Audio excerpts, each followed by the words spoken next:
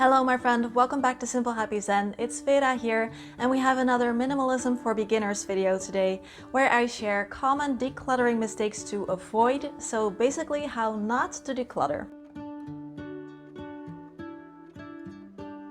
No hard feelings if you catch yourself doing some of these. We all do them. I certainly have made some of these mistakes myself, but it is good to see if we can avoid them to save ourselves a lot of time and heartache and frustration and stress. All right, let's begin.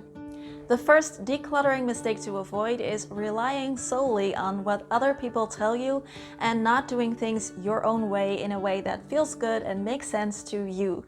And this applies to people telling you things in real life, but also on the advice you see here on YouTube. Minimalism and decluttering are not a one-size-fits-all solution. So if you bring in a friend and he or she is giving you a lot of personal advice, it can get a little tricky. And the same thing with watching YouTube videos about people who make lists about the things that they have decluttered. It might not always also make sense for you to get rid of the same things. So use it as a guideline or as inspiration, take people's advice, but when it is decision-making time, then listen to yourself and make decisions based on what feels good for you. And the same goes for choosing a decluttering method. It is okay to mix and match. There's no need to follow the rules exactly. So for example, I really like the KonMari method for most things, but I don't use it for folding. So my jeans are not standing upright, they are lying stacked. Next decluttering mistake is one that I think most people will be familiar with. I certainly am, and that is taking on too much at once and then running out of steam. I get it in the beginning, it's super exciting. We're thinking that we're going to create this whole new life with less stuff, and we're motivated to get things done and move out heaps and heaps of things. So we just go through a house like a whirlwind, getting everything out, and then after a short while, we're going to run out of steam. Decluttering really is a marathon, it is not a sprint, so focus on one area or one category at a time. Don't get out all your kitchen items and all your bathroom items, because then once it's time to go to bed, there will be stuff everywhere. It'll be like a tornado hit your house, and obviously you're not going to feel that great. You might become disheartened or demotivated and want to give up. So keep it small and manageable.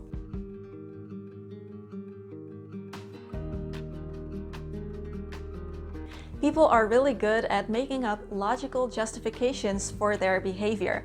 And so the decluttering mistake here is trying to justify keeping items around that you're either not using or that have no actual reason for staying. So when you take an item and you go, yeah, I'm not using this now, but I can have it fixed and then I will use it later. So I'll just put that to the side for now. Oh, and this dress, I'm not really wearing it anymore, but if I lose a little weight, I can wear it again. So I'll just put it to the side for now. See where I'm going with this? So if you have to come up with reasons for an item to stay, that can be a red flag for you. So you have to ask yourself, are you really going to have this fixed? Or are you really going to go somewhere where you can wear that on that occasion? And if you come across an item that you kept around like this last time, then definitely it's a sign that you can let it go. So it's okay to be a little bit more strict with yourself if you recognize this. Don't try to find a home for it somewhere else in your house, because then you're not really decluttering, you're just moving things around. Next decluttering mistake to avoid is thinking about it too much and making things too complicated for yourself, thinking about all the possible consequences of letting something go. Because if we really want to, we can think about decluttering or keeping an item from 100 different angles, because there's always going to be ups and downs to letting something go. So when you get lost in thought, pondering all the possible implications, you get stuck and you can't make a decision. So in this case, just make it super easy for yourself. Are you using this item regularly? Does the item spark joy for you? And would you buy it again if it broke? Regardless of the future or your job or your financial situation or your personal situation, yes, keep it, no, declutter it.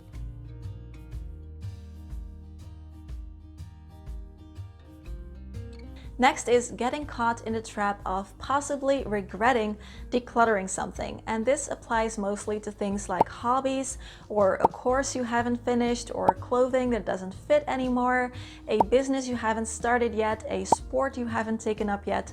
We also call these things identity items. If something is in your home for years and you still haven't used it, there's probably a reason for it. And you know what? That's okay. You had other priorities in your life. We all have to make decisions, and sometimes that means not pursuing something. There's no time to do it all. And if you really wanted to do it, you probably would have done it by now. So make a decision to either let it go or actually start using it, and give yourself a time frame. So I'm going to start this hobby thing once a week, an hour a week, starting now. And I'll give myself a time frame of 3 months, and if it doesn't work out within that time, or if I notice that I'm not using it that much, I'll let it go. Next tip for how not to declutter is to try and find the perfect organization at once, because decluttering and organizing are two very different things. I have personally done this where I'm decluttering, but I'm also already thinking about how to organize it afterwards. And I have to constantly remind myself that finding a good organization that works also takes time, and it doesn't have to be perfect straight away. So if I'm not happy with it like a week or a month later, I can rearrange it. So focus on just decluttering first, decide what to keep and what to get rid of, and only afterwards start thinking about buying storage solutions or pretty boxes to store everything, etc. There's no need to have a fixed idea of what it should look like after you're done decluttering. I am definitely guilty of this next decluttering habit, and that is keeping valuables around in the hopes of selling them for a good price. Oftentimes, unfortunately, selling things doesn't make as much financial sense as you would have hoped. Unless you have something that's really valuable, of course, but especially if you want to sell a lot of items, it can be a really big time investment for a small return. There's listing everything online, you have to come up with pricing, you maybe invest time in a yard sale or answering people's emails, there may be shipping costs you have to pay. It can be a bit of a hassle, so we keep the item around thinking that we will get to it someday, but just do the math and see if selling it is actually worth your time. And if it is, just try to commit to it as soon as possible, list everything online and get it out of your house. Next decluttering mistake is a big no-no, and that is decluttering someone else's stuff without their consent. And especially if you have kids around with a lot of toys, or maybe your partner is just not that into decluttering and they want to hold on to everything. I really get the urge of wanting to get rid of some things, but it's just not a good idea. It's not good for trust, even if you mean well. And the same goes for forcing people to declutter. Of course, what you can do is just set a positive example with your own stuff. So show them how nice it can be when you get rid of things that you are not using. If you have kids, maybe make a game out of it, or show them the donation center when you're dropping stuff off. Positive example, yes. Decluttering their stuff, no. Decluttering mistake number 9 is decluttering when you're not in the right state of mind. So maybe you have heard of rage purging before, where you're just full of adrenaline and you're in a frenzy going through your things. And while that may work for some people, I wouldn't recommend it for the most of us. If you're feeling emotionally distraught, then you're not always thinking straight, and you may get rid of a bunch of things that you will regret later on and then have to repurchase again. And the last declutter mistake to avoid is not getting rid of the declutter pile straight away.